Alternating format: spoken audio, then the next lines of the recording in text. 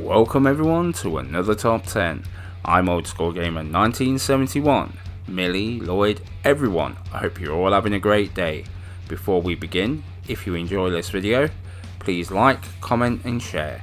Check out my channel and maybe even subscribe, as it helps the channel grow and puts a big old smile on this old face. Today's top 10 is co-op games.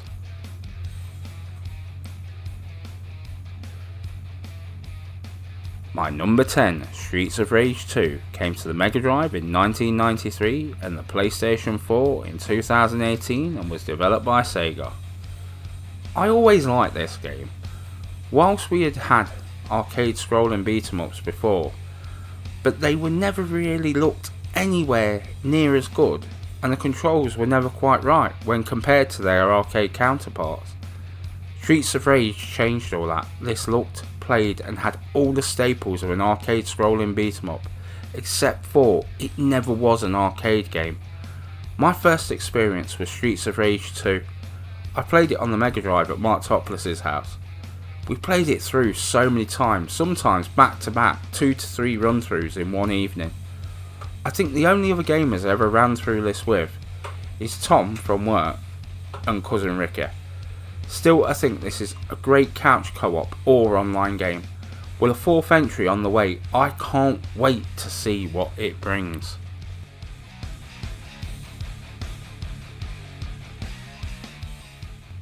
Moving on to number 9, Far Cry 5 came to the PlayStation 4 in 2018 and was developed by Ubisoft.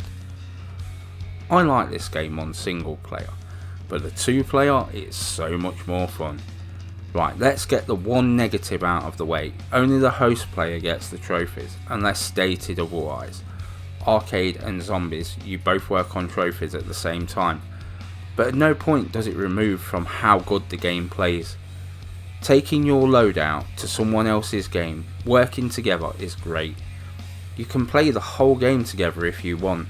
The arcade is a mixture of Ubisoft and player-made levels. This is quite good and some of the player-made levels are outstanding, but for me at least, it's the Zombies DLC that is the most fun. It's B-movie zombie films as a game, and whilst these are great fun, they are also very challenging. Unfortunately, Far Cry New Dawn does not have this function. I do hope it returns for Far Cry 6, maybe on the PlayStation 5?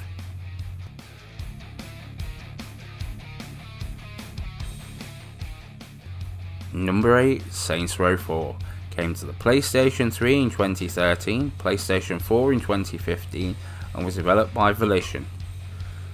This again is playable in 2 player throughout the entire game. I chose to play the game over GTA 5 twice for both PlayStation 3 and PlayStation 4, because I will admit GTA 5 is just outstanding, but whilst I would never argue with that, but I would argue that to me at least, Saints Row 4 is much more fun. GTA went from being about tongue-in-cheek craziness to being well too serious about itself. This on the other hand, it's a 2-player open world game, with superpowers, zipping around the map. I think that this is one of my favourite games and franchises for a couple of years at least. This for me was madness, with upgradable weapons and a nice mixture of superpowers, but with the 2 of you playing. I get that this has very little to do with a franchise with what it originally started as, but this is a good thing, and the variety of weapons compared to the original, and powers added to this.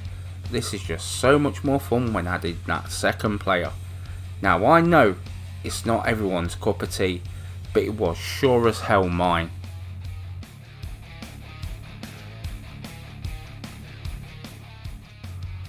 Moving on to my number 7, Zombie Army Trilogy, came to the PlayStation 4 in 2015 and was developed by Rebellion Developments. This is a game that uses the Sniper Elite 3 game engine. That game in itself has a good co-op mode. So whilst this is set during World War II, it is in an alternate universe. A universe where Hitler, realising he was losing the war, so Hitler sold his soul and his army became an undead army. Sounds like an 80s crazy horror movie plot. The soundtrack sounds like an 80s horror movie. very Carpenter-esque flavour to it. This is one tough game if you play it on default settings. You can take down the numbers and the toughness, but I do think that is just wrong. The baying dead and the soundtrack just puts you on edge.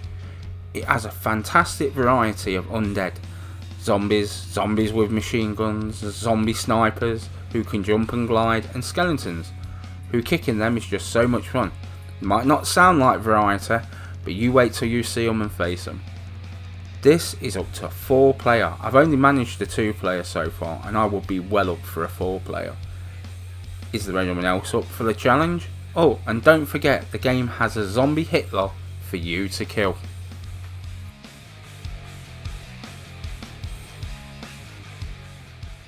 Moving on to number 6, Diablo 3 came to the PlayStation 3 in 2013, PlayStation 4 in 2014, and was developed by Blizzard Entertainment. Right, I would like to explain how we get to this game, and those that I played these games with. So we start off with just me on my lonesome, playing the original PlayStation Diablo 2. Then we got to the PlayStation 2, and then we got games like Baldur's Gate and Baldur's Gate 2. Both of these games I played with my cousin Ricky. We got hours of fun out of them. Ricky actually got really high and got some really good weapons and armour because he played it more than I did. Then I got Champions of Norath and Champions Return to Arms. Now these are played with several people, including Nene, Kip, Kyle and Ricky. Thank you to you all, you made that game so much fun.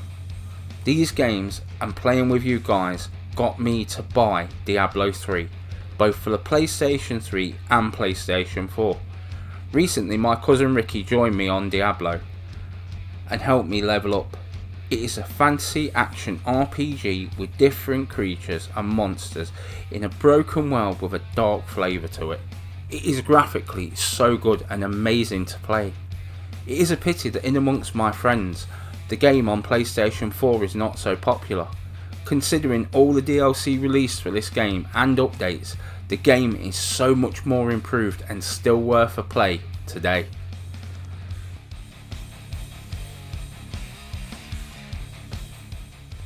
My number 5, Dead Rising 2, came to the PlayStation 3 in 2010, PlayStation 4 in 2016, and was developed by Blue Castle Games. And here we have another game that is completable in 2 player. These games are fun, and whilst the 4th game is not for everyone, I'm okay with it. But this entry, for me at least, is the best of the series. With creatable weapons, slicicles, scramble a motorbike plus chainsaw attached is hours of fun. And quite disturbing psychopaths to boot. Oh, I also forgot the zombie horde. There is a trophy for killing 72,000 zombies, and yes, that is achievable. One thing to note is, if you save and then go back to the game, the invited player loses their body count. This is a pity, but their level and EXP does carry on. So that means you're better off doing it in one run, which means 6.5 hours play. It's the crazy costumes. It's fun to run around in an adult romper suit with a baseball bat with nails through it. For me, the 2 player is just so much fun, helping each other through the game. Unfortunately, the later entries, 3 never appeared on PlayStation 4, and 4 doesn't have the 2 player, as in completing the whole game together. But we do have Dead Rising 2 and Dead Rising 2 off the record to have fun with.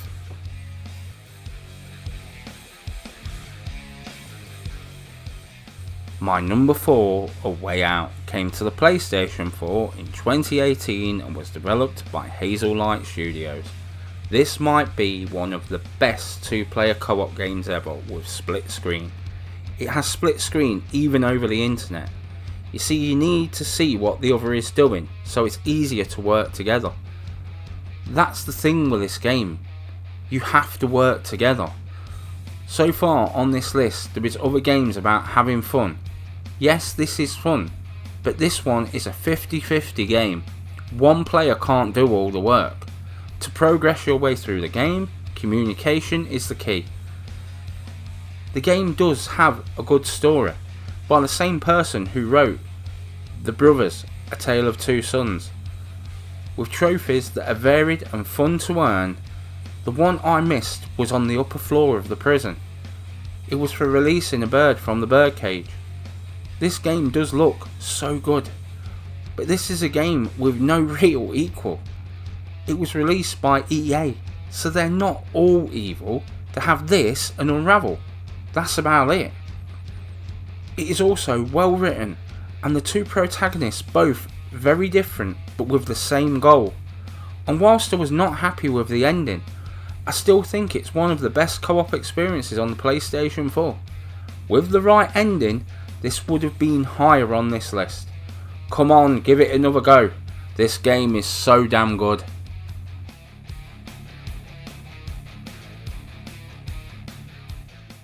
Moving on to my number 3, Sniper Elite 3. Came to the PlayStation 4 in 2014 and was developed by Rebellion Development. See, I told you this was good earlier. This could have been the second remastered, third or fourth game. They are equally good and impressive both graphically and map design wise. Every level is a pretty good playground for single player, but amplified in 2 player. It's coordinating your attacks, being able to attack from multiple positions. It is knowing how far to stray from your partner, or it could mean travelling over distance if one of you gets injured, sometimes racing back for it to be too late and having to start the level again. This is such a good game in multiplayer, and whilst challenging, never quite seems impossible, just tough. With so many loadouts, it changes the way you play the game. All the games are set during World War II.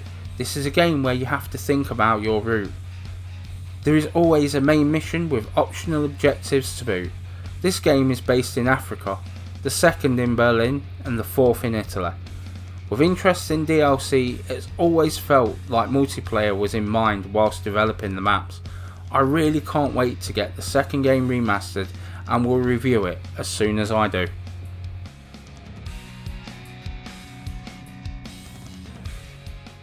Moving on to my penultimate entry, Minecraft. Came to the PlayStation 3 in 2013, PlayStation 4 in 2014 and was developed by 10's Studios. So Youngblood gets the shout out for introducing me to Minecraft, but the footage captured here is Sister Pen, Moomin, Youngblood and myself. We are currently playing on Survival Peaceful, for now at least. This is so much fun to play, with as many people as possible. You create your own game and much of your own fun. Your imagination is dependent upon how much fun you have in the game. The more players, the more fun that you have, in my opinion. It's when you finally finish that build, it makes you feel that you've actually accomplished something. Right now, it's about being self-sufficient on my game. So a working farm, a forest, crops and a quarry are all in the immediate plan. This is a lot of fun. My niece Moomin currently looks after the pumpkins and the chickens. Youngblood goes out hunting. Sister Pen goes woodcutting. Myself, I mine and build. It is always fun and we create it together. It's a game I started in 2015 and have played it ever since, off and on. I've lost a couple of worlds. This is my newest one in its infancy.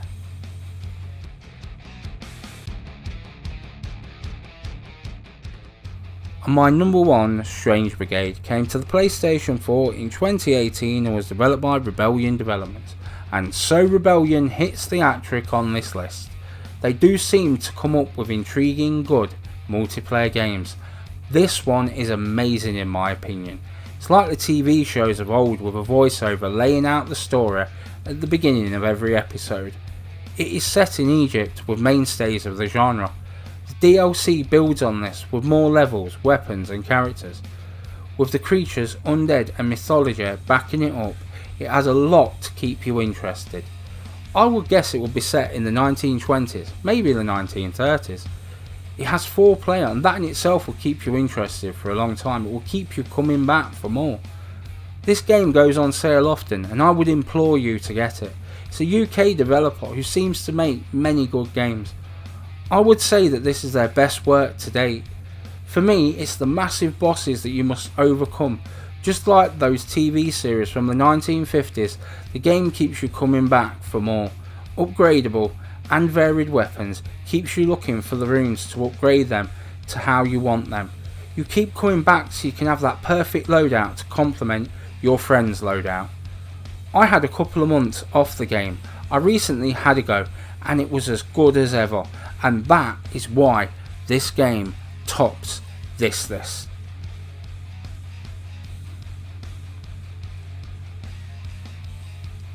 And it's done. Hope you all enjoyed this top 10. There is plenty more content like this on my channel. Check it out, and if you would, please spread the word. Enjoy your day, one and all. Old School Gamer 1971 signing off.